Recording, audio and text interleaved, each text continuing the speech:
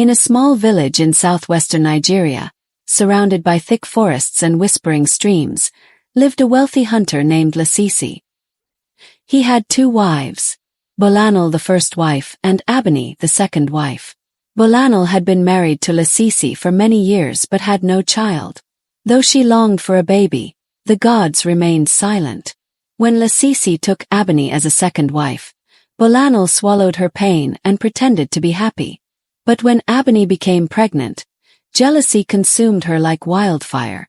It burned inside her, twisting her thoughts and turning her love for her husband into bitter hatred for her rival. One dark night, while Lasisi was away hunting, Bolanal crept into Abeni's hut. The younger wife was asleep, her hands resting on her growing belly.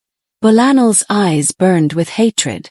"You stole my place," she hissed, grabbing a thick cloth and pressing it over Abeni's face. Abeni kicked and struggled, but Bolanal's grip was strong. Slowly, the life drained from Abeni's body.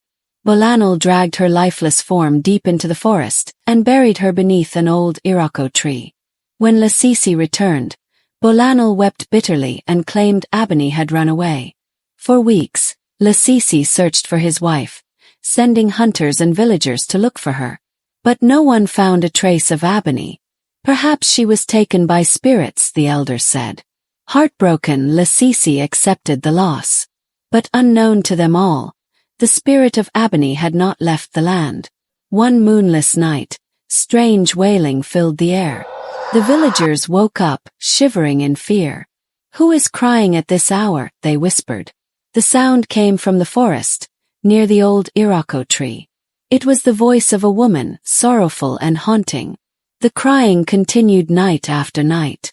Hunters who ventured near the tree saw a shadowy figure, her belly still swollen with child, weeping in the darkness. The village became restless.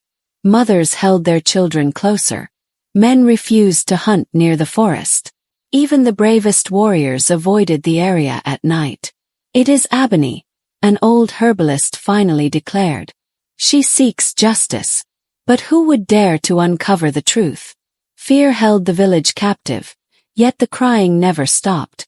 One evening, as the villagers gathered at the market square, the voice rose again, louder than before. This time it spoke. "I did not run away. I was murdered." A cold wind swept through the crowd. Women gasped. Men muttered prayers under their breath. Then the spirit of Abeni appeared. She pointed a trembling finger at Bolanal, who collapsed in shock. "She killed me because I carried her husband's child." Abeni's voice was filled with pain. Bolanal's face turned pale. Her body shook like a leaf caught in a storm.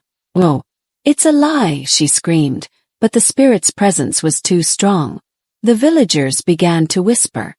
Had they all been blind to Bolanal's wickedness?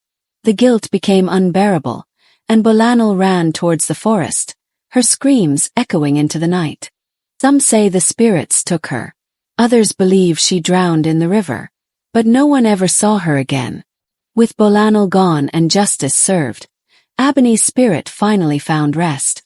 The villagers gathered at the old Iroko tree, offering prayers and libations. The wailing stopped.